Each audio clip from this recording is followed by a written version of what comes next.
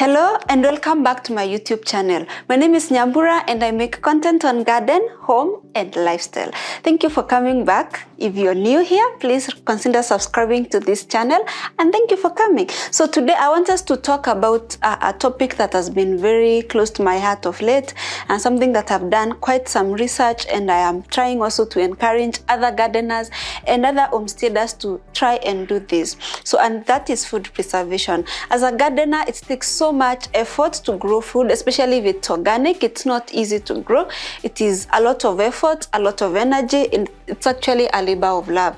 So every time you grow your food, and sometimes you have so much more than you can consume fresh, sometimes we tend to wonder where to take it. You try to sell, sometimes it doesn't sell, or even you can sell, and then when the food is finished, you don't have any organic produce and you don't know where to get it. So I have ventured into food preservation, and I want us to learn together and grow a community of organic gardeners who are passionate about food preservation.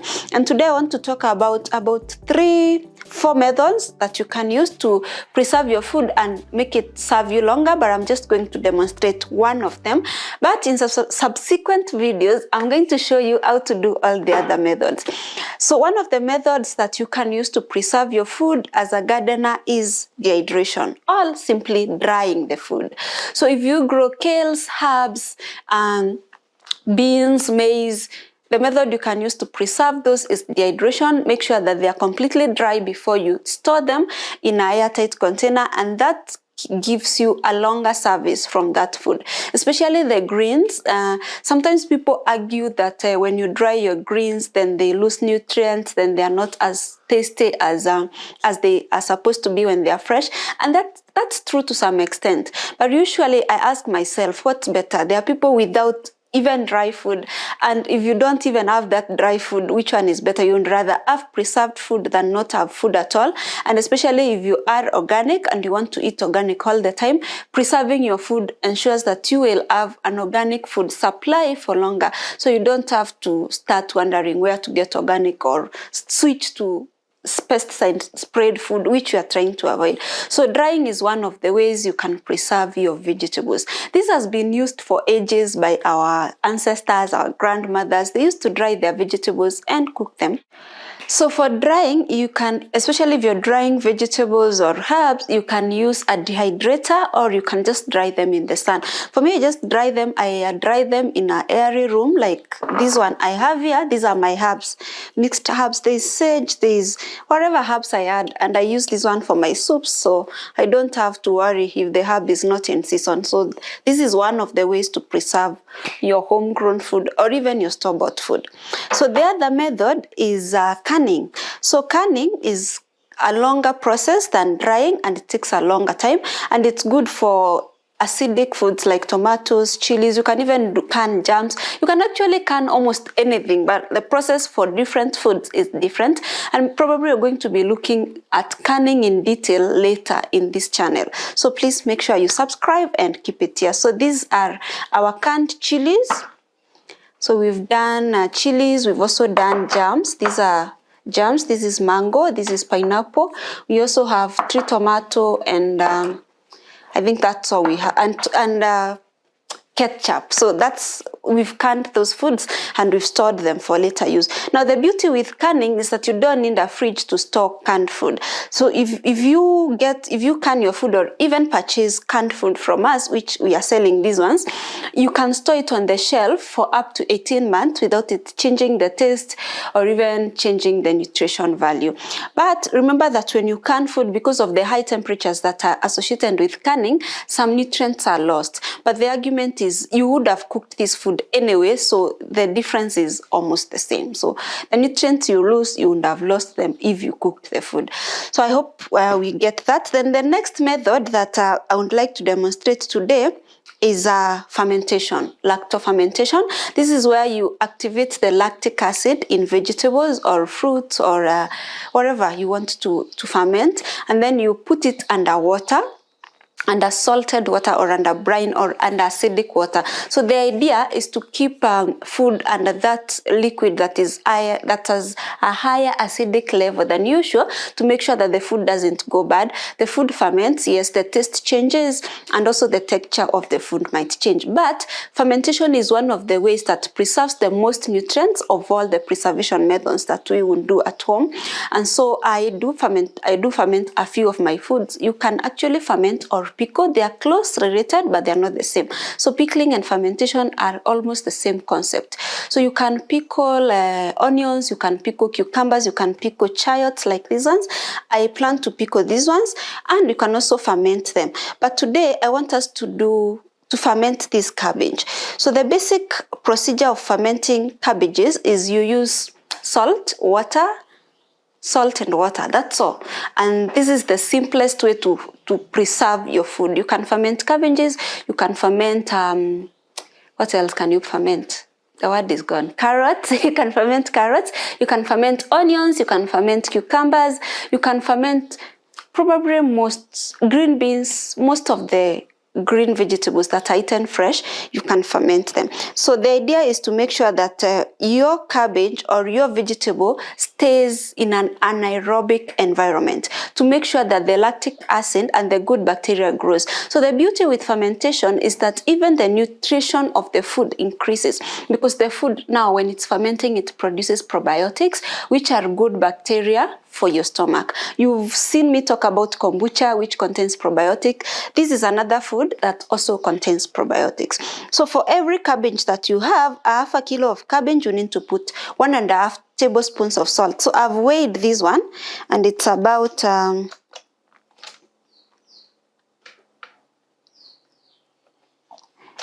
is about 990 grams. That's probably a kilo of cabbage. And so you're going to be putting about 5 tablespoons of salt in this cabbage. So the idea is to make sure that you keep the acid higher than normal, because actually the cabbage contains some lactic acid, but when you add salt and you put it under water, the acidity gets a bit higher, and so the cabbage doesn't go bad but ferments. So what you do is you clean your cabbage. I've already cleaned mine, and you chop it. You don't want to chop it into very small pieces, so that it also doesn't, you want it a bit crunchy when you're eating it. Remember, the fermentation also makes it a bit softer. So you also want to ferment your food when it's very, very fresh, so that you don't lose the crunchiness of the food.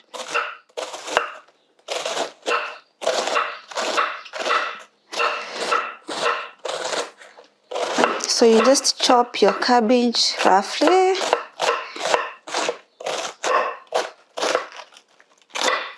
You can ferment green cabbage, you can also ferment red cabbage, depending on whatever cabbage you have.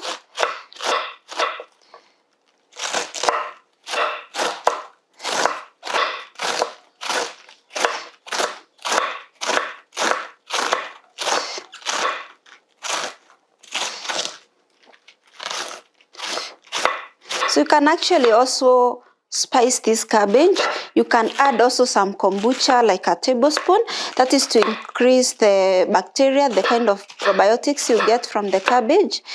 So it's up to you. You can get creative with it, so that you get maximum nutrition, and also the taste. The taste matters. So you just make this one smaller, and I put it in a bowl.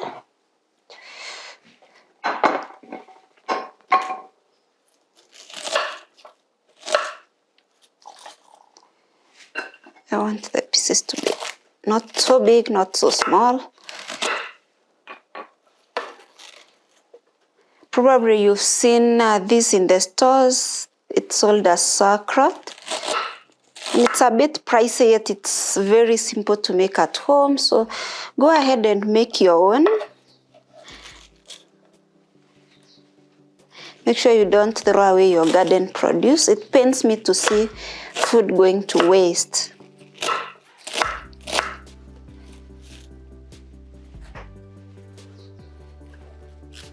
So also remember, once this is fermented, which takes about 5 to 7 days depending on your temperatures, you need to store it in the fridge. So also one of the other methods I didn't speak about is freezing. I think it's a little bit more obvious than the others. So you can also freeze your garden produce so that you don't lose it. Don't just let it rot.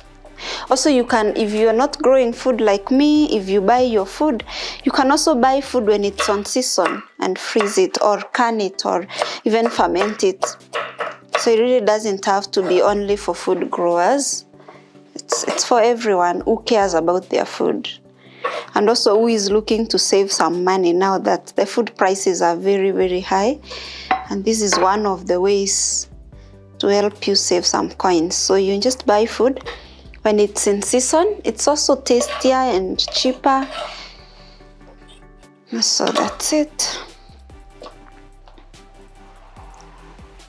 So I'm going to add my salt to this cabbage.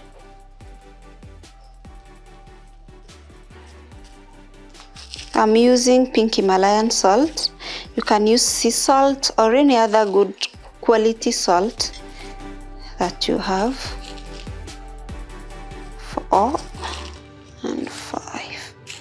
So then I'm going to go ahead and mix this salt, more or less like massage it into the cabbage to make sure that all the cabbages are coated with salt. You can use a bigger bowl to make it faster for you.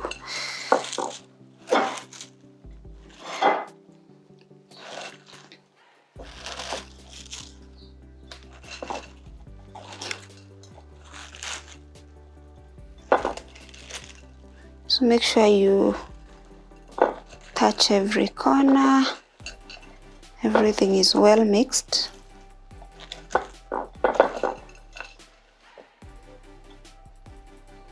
And I'm going to leave it for a bit for it to produce some water so that then I can put it in my jar.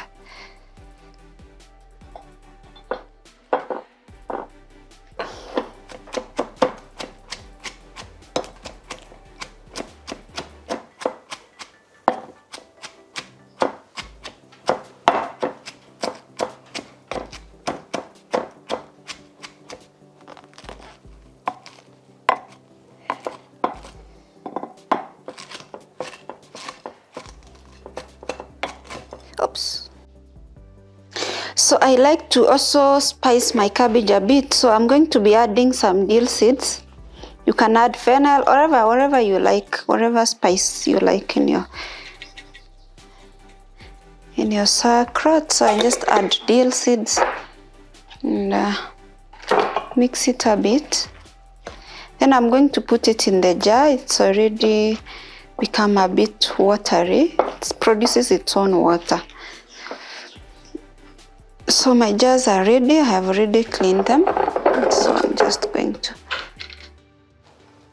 So you can add carrots to your cabbage, whatever you like to, vegetables you like to mix. I see so many people like their sauerkraut with carrots.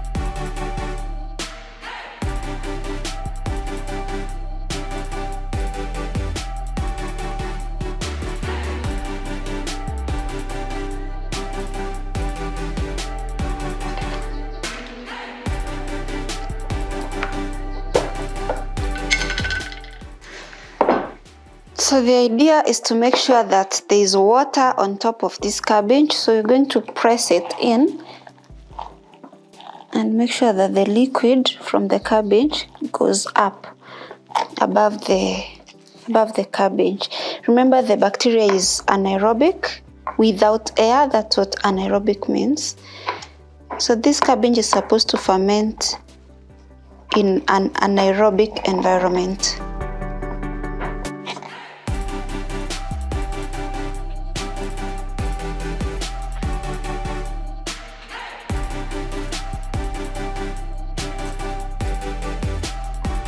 You must make sure everything is below the liquid. Nothing can be on top of the liquid. So sometimes when you leave it, the vegetables like to float. So you're going to find ways to make sure they stay below. And one of the ways is to get something ceramic. If you have a bigger jar, you can use a saucer or just anything ceramic in your kitchen that can fit in your jar. For me today I don't have, so I'm making sure as much as I can all the cabbage is below the liquid. Yeah.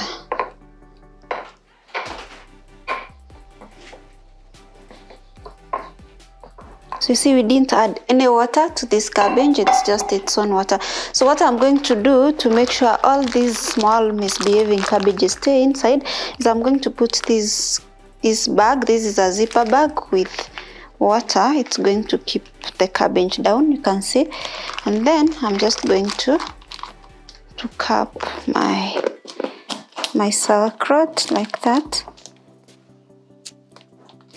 So I'm going to be not too tight, because remember we need the air to escape, so just finger tight. Yeah, just like that. So I'm going to be keeping these in the kitchen counter. If your kitchen counter is not warm enough, find a warmer place, because it requires to be warm. I don't know how many degrees, slightly above room temperature, to keep it in a warm corner in your kitchen. I think that suffices, so that the bacteria grows and the cabbage ferments and it doesn't grow mold. So thank you so much for watching this video. Please remember to like, comment and subscribe. I'll see you in the next one.